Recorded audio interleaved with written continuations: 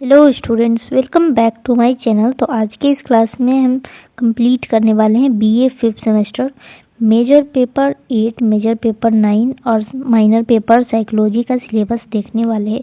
मतलब क्या है कि आज के इस वीडियो में हम फिफ्थ सेमेस्टर का मेजर पेपर और माइनर पेपर साइकोलॉजी का सिलेबस देखने वाले हैं, जो कि आपका फिफ्थ सेमेस्टर का रहने वाला है। सिलेबस हिंदी इंग्लिश दोनों में देखेंगे, क्योंकि काफ़ी स्टूडेंट्स का कमेंट आता है इंग्लिश में भी करवाने के लिए। तो हिंदी इंग्लिश दोनों में सिलेबस रहने वाला है आपका। मेजर और माइनर दोनों का सिलेबस हम देखेंगे। तो आप सभी को वीडियो में अंत तक बने रहना है। वीडियो अच्छा लगे तो अपने दोस्तों के साथ शेयर कर देना है। तो चलिए हम वीडियो को शुरू करते हैं। जैसा कि आप सभी को पता है कि बीए फिफ्थ सेमेस्टर में major paper major paper MJC 8 और एमजेसी 9 होने वाला है। वही अगर हम माइनर पेपर की बात करें तो माइनर पेपर 8 और माइनर पेपर 9 होने वाला है। ये सिर्फ और सिर्फ साइकोलॉजी में होने वाला है। बाकी सभी जो सब्जेक्ट है उसका माइनर पेपर 5 और माइनर पेपर 6 रहने वाला है। और एक इंटर्नशिप होने वाला है आपका फिफ्थ सेमेस्टर में। मेजर पेपर की बात करें तो मेजर पेपर 8 और मेजर पेपर 9 रहने वाला है। माइनर पेपर की बात करें तो ये जो माइनर पेपर है जिसका नाम 8 और 9 रखा गया है, तो ये सिर्फ और सिर्फ साइकोलॉजी के लिए ही है। बाकी का सारे सब्जेक्ट में माइनर पेपर 5 और माइनर पेपर 6 ही रहने वाला है। तो इसका प्रूफ भी मेरे पास है कि माइनर पेपर 8 और माइनर पेपर 9 रहेगा आपका साइकोलॉजी में। ये प्रूफ भी हम आप सभी को दिखाएंगे, क्योंकि काफ़ी सब्जेक्ट है फिफ्थ सेमेस्टर में जिसका माइनर पेपर 5 और 6 है। तो आप सभी को भी डाउट होगा, आप सब कमेंट भी कीजिएगा, तो हम आपको प्रूफ भी देंगे कि आपके वेबसाइट पे क्या डाला गया है। तो चलिए फिलहाल हम क्लास को शुरू करते हैं। तो फिफ्थ सेमेस्टर में मेजर पेपर 8 का पहले हम सिलेबस देखेंगे साइकोलॉजी का। तो मेजर पेपर 8 में आपको पढ़ना क्या है? मेजर पेपर 8 में आपको क्लिनिकल साइकोलॉजी के बारे में पढ़ना है। यहाँ पे आप देख भी सकते हैं सिलेबस में दिया गया है। मेजर पेपर 8 में आपको पढ़ना है क्लिनिकल साइकोलॉजी के बारे में। एक मिनट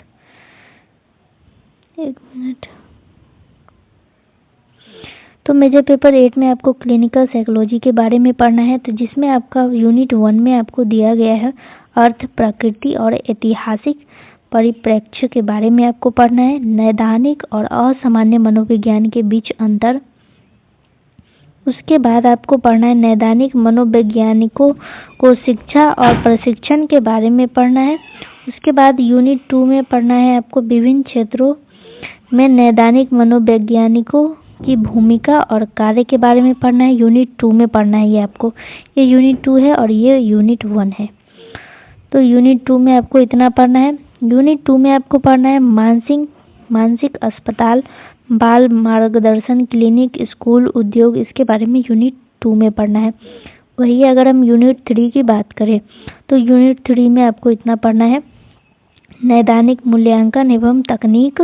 उसके बाद आपको पढ़ना है नैदानिक मूल्यांकन की प्रकृति और उद्देश्य, तकनीकें, अवलोकन, केस हिस्ट्री, साक्षात्कार, वस्तुनिष्ठ माप, MMP फर्स्ट के बारे में आपको पढ़ना है। उसके बाद पढ़ना है प्रक्षेपी मापन, वाक्य पूर्णता, परीक्षण, ये आपको पढ़ना है यूनिट 3 में। उसके बाद यूनिट 4 में आपको क्या पढ़ना है? तो यूनिट 4 में इतना पढ़ना है। तो यूनिट 4 में नैदानिक हस्तक्षेप, मनोचिकित्सा का अर्थ और लक्ष्य, मनोचिकित्सीय तकनीक, उसके बाद व्यवहार चिकित्सा के बारे में आपको यूनिट 4 में पढ़ना है। तो ये जो सिलेबस है ये मेजर पेपर 8 का सिलेबस है साइकोलॉजी का, जो कि हिंदी में ये था। अभी हम इंग्लिश में सिलेबस देखेंगे इसका मेजर पेपर का। तो मेजर पेपर 8 में आपको इंग्लिश वाले मीडियम के लिए क्या है? तो मेजर पेपर 8 में आपको पढ़ना है, जैसा कि अभी हम तुरंत बताएं कि क्लिनिकल साइकोलॉजी के बारे में पढ़ना है। इसमें आपको ये 3 क्रेडिट का आपका रहने वाला है। मेजर पेपर 3 क्रेडिट का होने वाला है। 100 मार्क्स का इसका एग्जाम होता है। तो यूनिट 1 में आपको पढ़ना है introduction, meaning, nature, historical perspective, ये सब आपको पढ़ना है। उसके बाद distinction between clinical and abnormal psychology के बारे में पढ़ना है। उसके बाद education and training of clinical psychologist के बारे में पढ़ना है। तो इतना यूनिट 1 में पढ़ना है। उसके बाद आपको पढ़ना है यूनिट 2। यूनिट 2 में आपको पढ़ना है रोल या function of clinical psychologist in different field, जैसे कि mental hospital, child guidance, clinic, school, industry, इन सब चीज़ों के बारे में पढ़ना है। फिर यूनिट 3 में क्या पढ़ना है, तो इसमें आपको पढ़ना है क्लिनिकल असेसमेंट एंड टेक्निक के बारे में, nature, purpose, techniques, objective, MMP1, project, measuring, ये सब आपको यूनिट 3 में पढ़ना है। उसके बाद आता है आपका यूनिट 4। तो यूनिट 4 में आपको पढ़ना है क्लिनिकल इंटरवेंशन। तो साइकोथेरेपी के बारे में, साइकोथेरेपेटिक टेक्निक के बारे में, बिहेवियर थेरेपी के बारे में यूनिट 4 में आपको पढ़ना है। तो मेजर पेपर 8 का सिलेबस अभी हम देख चुके हैं। अब हम देखेंगे मेजर पेपर 9 का सिलेबस। एक मिनट, मेजर पेपर 8 हो चुका है, तो मेजर पेपर 9 का सिलेबस अभी हम देखेंगे। तो मेजर पेपर 9, तो ये है आपका मेजर पेपर 9 का सिलेबस। इसका आप स्क्रीनशॉट ले लेंगे। तो मेजर पेपर 9 में आपको पढ़ना है परामर्श एवं मार्गदर्शन मनोविज्ञान। तो ये आपको पढ़ना है। यूनिट 1 में इसमें आपको दिया गया है मार्गदर्शन और परामर्श का परिचय, परामर्श का अर्थ, प्रकृति, उद्देश्य, परामर्श के प्रकार के बारे में। उसके बाद आपको मार्गदर्शन के अर्थ, प्रकृति, उद्देश्य, मार्गदर्शन के कितने प्रकार होते हैं, इसके बारे में आपको पढ़ना है। उसके बाद आपको पढ़ना है मार्गदर्शन और परामर्श में क्या अंतर है। तो ये आपको पढ़ना है इतना यूनिट 1 में। उसके बाद आपको पढ़ना है यूनिट 2। तो यूनिट 2 में आपको पढ़ना है मार्गदर्शन और परामर्श की प्रक्रिया के बारे में, मार्गदर्शन और परामर्श का सिद्धांत, इसकी प्रक्रिया। और उसके बाद आपको पढ़ना है मार्गदर्शन और परामर्श को प्रभावित करने वाले कारक, मार्गदर्शन और परामर्श प्रक्रिया में बाधाएं। ये आपको यूनिट 2 में पढ़ना है। उसके बाद आता है आपका यूनिट 3।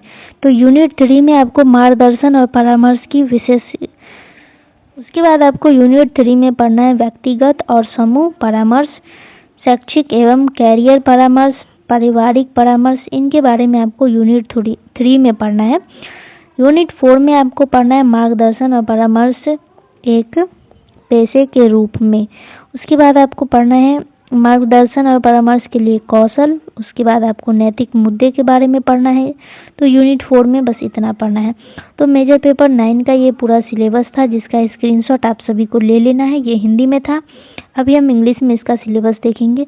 तो इंग्लिश में अगर हम बात करें तो मेजर पेपर 9 में आपको काउंसलिंग एंड गाइडेंस साइकोलॉजी के बारे में पढ़ना था। यूनिट 1 की बात करें तो यूनिट 1 में आप सभी को बस ये सब इतना पढ़ना है। यूनिट 2 की बात करें तो यूनिट 2 में आप सभी को इतना पढ़ना है। उसके बाद आता है यूनिट 3।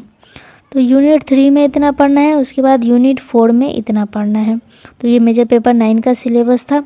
अभी हम बढ़ते हैं माइनर पेपर की तरफ। तो माइनर पेपर में आप सभी को क्या पढ़ना है, तो माइनर पेपर में आप सभी को पढ़ना है, एक मिनट, तो माइनर पेपर 8, यहाँ पे आप देख सकते हैं माइनर पेपर 8 है लिखा हुआ। माइनर पेपर 5 और 6 आपका साइकोलॉजी में नहीं रहने वाला है, क्योंकि माइनर पेपर 5, 6, 7 ये हम 4 सेमेस्टर में ही पढ़ चुके हैं।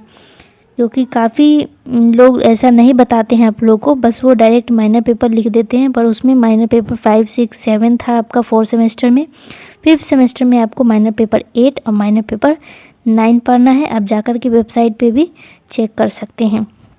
प्रूफ के लिए हम आपको यहाँ पे दिखा देते हैं कि वेबसाइट पे माइनर पेपर 8 लिखा हुआ है, क्लिनिकल साइकोलॉजी। आपका मेजर पेपर और माइनर पेपर दोनों का सिलेबस सेम ही है।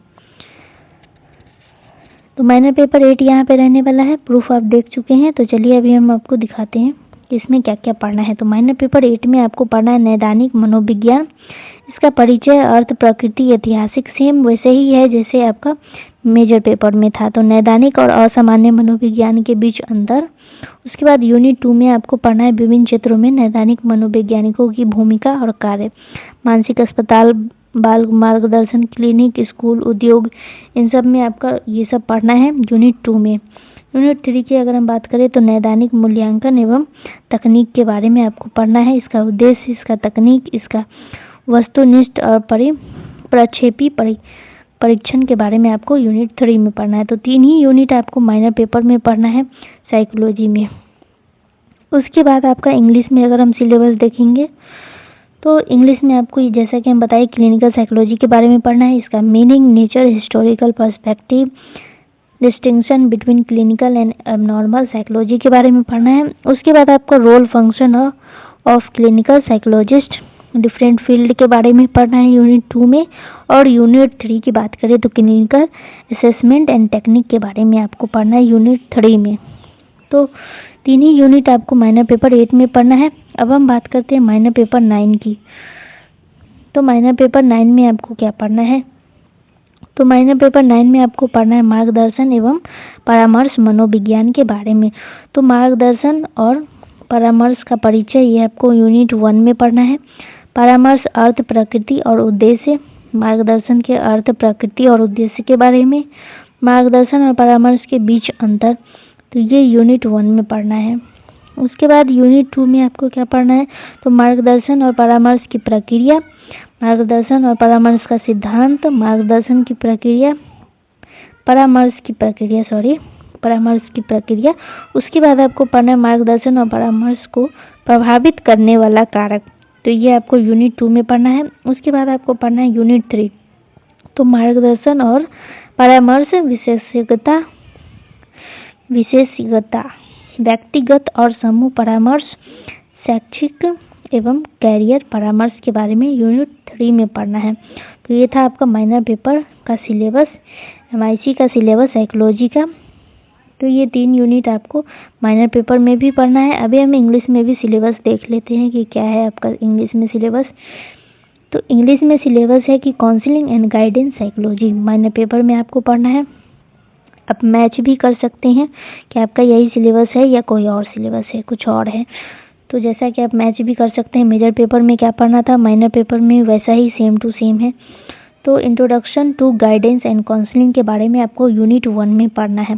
काउंसलिंग का मीनिंग, नेचर और ऑब्जेक्टिव के बारे में आपको पढ़ना है। उसके बाद हम बात करें गाइडेंस की, तो गाइडेंस का मीनिंग, नेचर और ऑब्जेक्टिव आपको पढ़ना है यूनिट 1 में।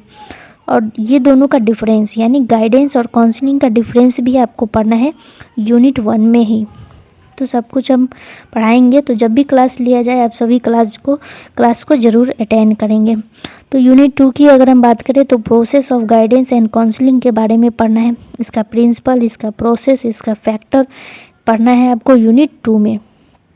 और यूनिट 3 की अगर हम बात करें तो गाइडेंस एंड काउंसलिंग के स्पेशलिटीज़ के बारे में पढ़ना है। इंडिविजुअल और group counselling, educational and career counselling के बारे में आपको यूनिट 3 में पढ़ना है। तो ये था आज के इस क्लास में आपका मेजर पेपर और माइनर पेपर का दोनों सिलेबस हम देख चुके हैं। हिंदी इंग्लिश दोनों में पूरा कंप्लीट कर चुके हैं। तो आई होप कि ये वीडियो आप सभी के लिए काफ़ी हेल्पफुल रहा हो। अगर हेल्पफुल रहा हो तो अपने दोस्तों के साथ शेयर कर देंगे और क्लास को जरूर अटेंड करेंगे जब भी क्लास लिया जाएगा। वीडियो को सेव करके रख लेंगे। तो चलिए हम क्लास को यहीं पे एंड करते हैं। आप सभी का बहुत बहुत धन्यवाद है।